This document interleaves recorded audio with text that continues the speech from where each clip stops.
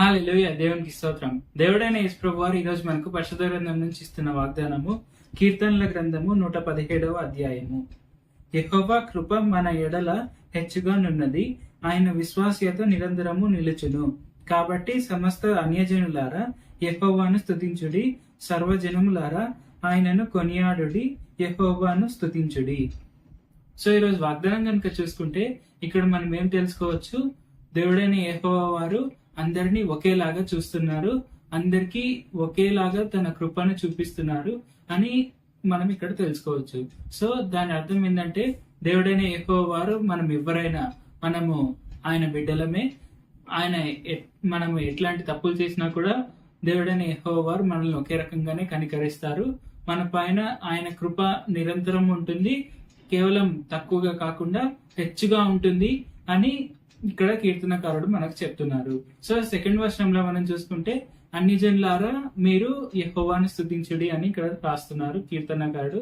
అలాగే ఎందుకు స్పెషల్ గా రాశాడు అంటే, ఒకవేళ వాళ్ళు యెహోవా భక్తులు అయితే వాళ్ళపైన యెహోవా దేవుడికి కృప ఉండడం అది న్యాచురలే.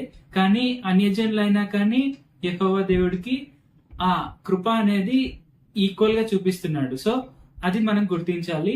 వాళ్ళ అన్యజనులు అయినా కూడా దేవుడైన యెహోవా వారు మాత్రం వారిని ఆయన పిల్లల్లాగానే గుర్తించి ఆ కృపను చూపిస్తున్నారు. కాబట్టి మన బాధ్యత ఏంటంటే మనము ఆయనను స్తుతిస్తూ ఆయనను గూర్చి అన్యజనులకు మనం తెలియపరచాలి.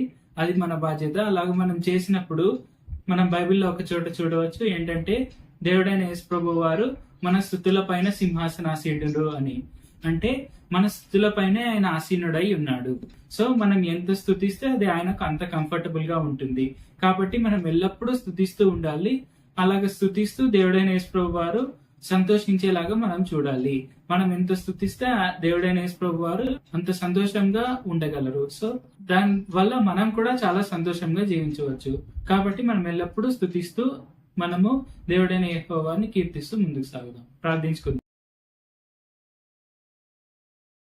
పరిశుద్ధ జీవాధిపతి, జీవంగల దేవ, ప్రార్థనలకించే తండ్రి, మొరాలకించే దేవ, ఇప్పటి వరకు మీరు మాకు చేసిన ప్రతి ఒక్క మేలుని బట్టి మీకే వందనాలు తండ్రి. యేసయ్య, మీరు మా స్తుతులపై సింహాసనాసీనులు అయి ఉన్నారు అని మాకు తెలియజేసినందుకు వందనాలు తండ్రి. యేసయ్య, మేము ఎల్లప్పుడూ మిమ్మల్ని స్తుతించుటకు మాకు ఆ స్వభావాన్ని దయచేయండి. మేము ఎల్లప్పుడూ మిమ్మల్ని స్తుతించుటకు ఇంకెవరిని ఏమి చేయకుండా ఉండుటకు మాకు సాయం చేయండి. యేసయ్య, వాక్యం వింటున్నందరినీ ఆశీర్వదించండి. వారికి ఉండే ఇబ్బందులు, వేదనలు, కష్టాలన్నింటినీ తీసివేయండి. వారు కూడా మిమ్మల్ని ఎరిగి మిమ్మల్ని తమ నిజరక్షకులుగా అంగీకరించి మిమ్మల్ని స్తుతించుటకు సాయం చేయండి. నజరేయుడైన యేసు నామములో ప్రార్థిస్తున్నాం తండ్రి. ఆమేన్. Thank you Jesus.